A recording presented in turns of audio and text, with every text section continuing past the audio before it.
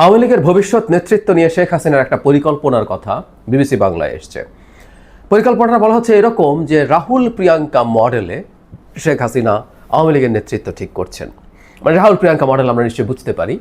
প্রশ্ন হচ্ছে শেখ হাসিনা তার দলের নেতৃত্ব নিয়ে যে বিপদে পড়েছেন সেই বিপদ থেকে এই মডেল সোকল মডেল কি তাকে রক্ষা করতে পারবে?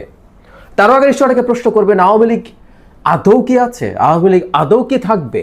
যদি না থাকে তাহলে এই আলাপ কেন? আমাদের একটা কথা মনে রাখা দরকার, আওয়ামী লীগ এখনও নিষিদ্ধ হয়নি।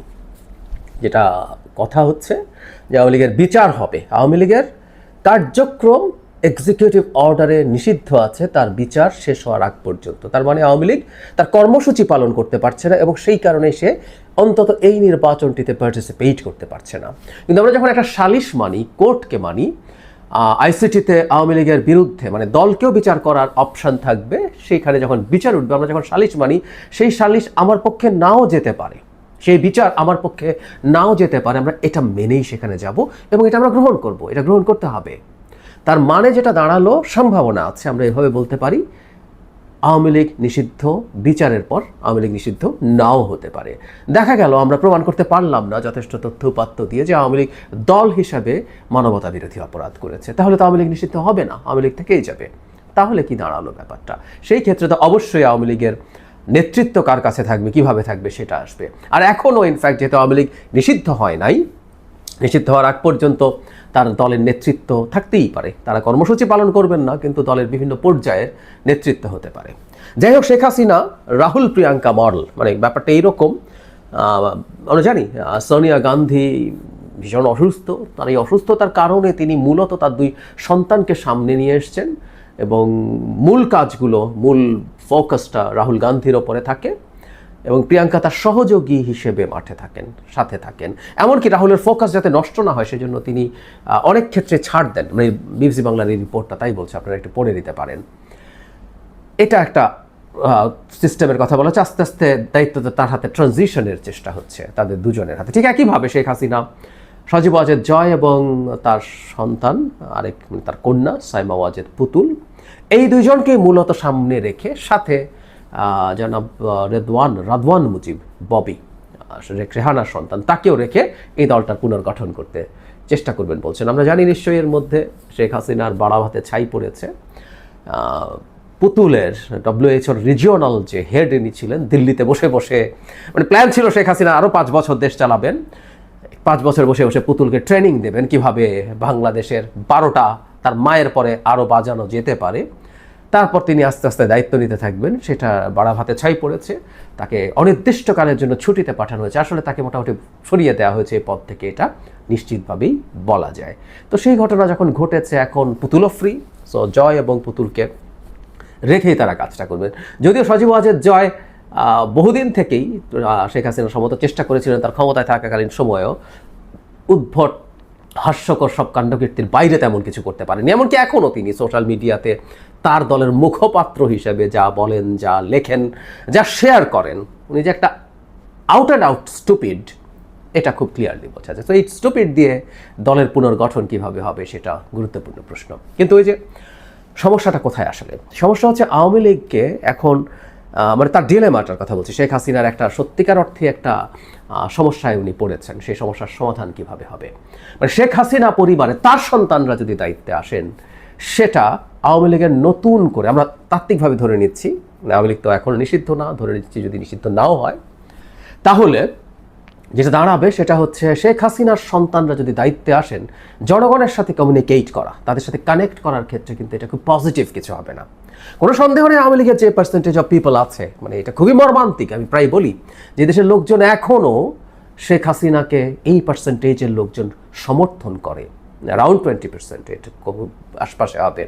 সো এটা তারা হয়তো মেনে নেবে, কারণ তাদের এটা দল করে। কিন্তু একটা দলকে গ্রো করার জন্য ইন দ্য ফিউচার আরও বেশি মানুষের সাথে কানেক্ট করতে হবে। সেই জন্য শেখ হাসিনার সন্তানরা কোনোভাবেই মানে পজিটিভ কিছু না।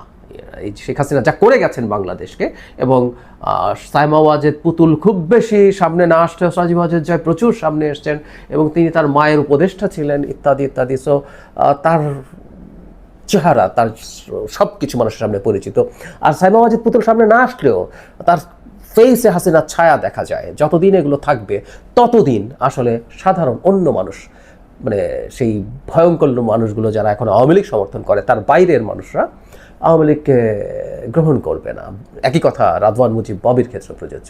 আবার বিপদ হচ্ছে অন্য কাউকে দায়িত্ব দেয়া।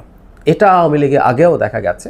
এটা আসলে দুই দলের ক্ষেত্রেই প্রযোজ্য। মানে আমরা অনেকেই পরিবারতন্ত্রের বিরুদ্ধে কথা বলি, কিন্তু এটা যখন আমরা করতে যাই তখন আলটিমেটলি আসলে একটা মেজর প্রবলেম হয়। সেটা হচ্ছে এই পরিবারের মধ্য থেকে না থাকলে দলই ভেঙে যাওয়ার প্রবাবিলিটি তৈরি হয়। সুতরাং শেখ হাসিনা যদি দলের বাইরে থেকে কাউকে সিলেক্ট করার চেষ্টা করেন for the time being, technically মনে হয় সেটা ভালো হতো।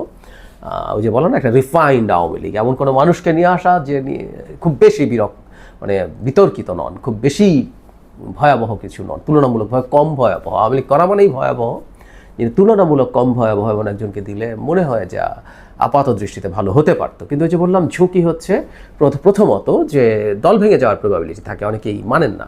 শেখ হাসিনা এন্ডোর্স করলেও মানবেন কিনা সন্দেহ আছে। কিন্তু তার চেয়েও জরুরি কথা যেটা, এভাবে কারো হাতে দল তৈরি করার পরিস্থিতি হলে দল তার হাতছাড়া হয়ে যায় কিনা, সেটাও একটা গুরুত্বপূর্ণ প্রশ্ন। ইনফ্যাক্ট শেখ হাসিনা মাঝে মাঝেই কথা বলছেন, অপ্রয়োজনীয় কথা বলছেন, ফালতু কথা বলছেন, এবং এই মুহূর্তে তার কথা বলাটা এই দেশের জনগণকে কতটা ক্ষুব্ধ করে সেটা টু সাম এক্সটেন্ট তার জানা কথা। তারপরে তিনি কথা বলছেন, তিনি আসলে দলের হাল ধরে রাখতে চাইছেন। এই দল যে তার হাতে আছে, তার গ্রিপে আছে, তিনি সেটা বোঝাতে চাইছেন। সুতরাং অন্য কাউকে দিলে দল তার হাতে থাকবে না, এটাও একটা ঝুঁকির জায়গা। সো এই দুটো ব্যাপার মিলে তিনি আসলে বেশ টানাপোড়েনের মধ্যে আছেন, এটা বলাই বাহুল্য। তিনি কি করবেন না করবেন, এটা এখন একটা গুরুত্বপূর্ণ কনফিউশনের জায়গা।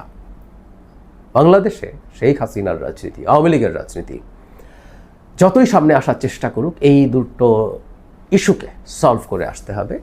আর আমি জানি না আসলে শেষ পর্যন্ত আওয়ামী লীগ নিষিদ্ধ হবে কিনা, কিন্তু আমরা একটা কথা প্রায় বলি, বহুদিন থেকে বলছি, কে নেতা থাকবেন, কে নেতৃত্বে আসবেন, সেটা আসলে আমাদের কাছে, যদি আওয়ামী লীগ টিকেও থাকে, আওয়ামী লীগকে মেরে ফেলার মতো, কবরে রেখে দেওয়ার মতো প্রচুর প্রচুর ডেটা আমাদের হাতে আছে। আমি প্রায় বলতাম শেখ হাসিনার কপাল খারাপ, উনি একেবারে একটা ডিজিটাল এরায় উনার এই ঘটনাগুলো ঘটলো। উনি 15 বছর ধরে কি করেছেন সব কিছু সেভড আছে, এবং ফাইনালি জুলাই আগস্টে তিনি কি করেছেন সেগুলো আমাদের সামনে একদম কোনো রকম কোনো কনফিউশন ছাড়া আমাদের সামনে আছে। এবং ভবিষ্যতে এগুলো আমরা যদি ঠিকঠাক মতো প্রিজার্ভ করতে পারি, এগুলো দিয়ে আওয়ামী লীগের কবর বানিয়ে রাখা যাবে বহুকাল। সুতরাং শেখ হাসিনা কী করে সফল হবেন বা হবেন না, সেটা চাইতে জরুরি কথা আমরা আসলে কি করছি, সেটা আমাদের কাছে সবচেয়ে জরুরি। আর তিনি তার সন্তানদেরকে হয়তো আনবেন, এবং এনেও খুব ভালো কিছু হবে বলে আমরা আশা করি না। তবে হ্যাঁ, সাম্প্রতিক সময় আমরা দেখছি আওয়ামী লীগের মিছিলের সংখ্যা বাড়ছে, মিছিল করার দৈর্ঘ্য মানে সময়টা বাড়ছে, তারা আগে চেয়ে আরেকটু সাহসী হয়ে উঠছেন। সব প্রেক্ষাপট মিলিয়ে আওয়ামী লীগকে নিয়ে সম্ভবত অনাগত দিনে আলোচনা আরও বেশি আমাদেরকে করতে হবে। এটা মর্মান্তিক। আওয়ামী লীগ, আমি বহুবার বলেছি, এটা আমি মনে করি ব্যক্তিগতভাবে, আওয়ামী লীগ দল হিসাবে অপারেট করা, আওয়ামী লীগ এখন রাজনৈতিক দল না, এবং একটা রাজনৈতিক দল যেটা না, সেটা একটা গণতান্ত্রিক স্পেসে অপারেট করার মতো ক্যাপেবিলিটিও থাকার কোনো কারণ ছিল না। কিন্তু দিনের শেষে আওয়ামী লীগ আবার এই মুহূর্তে অন্তত দেখা যাচ্ছে তারা মাঠে নামছে, এবং বিচারে তারা অপরাধী প্রমাণিত যদি না হয়, সেই ক্ষেত্রে তো তারা অপারেট করতে পারবে। এই প্রেক্ষাপটে দাঁড়িয়েই বলছি যে শেখ হাসিনার দল কেমন করছে, কি করছে, সেটা আমাদের সামনে একটা গুরুত্বপূর্ণ কৌতূহল হয়ে থাকবে, এবং আমাদেরকে আওয়ামী লীগ নিয়ে আলাপ আলোচনা কম বেশি চালিয়ে যেতে হবে। বর্তমান বাংলাদেশে এটা দুঃখজনক, এটাই বাস্তবতা।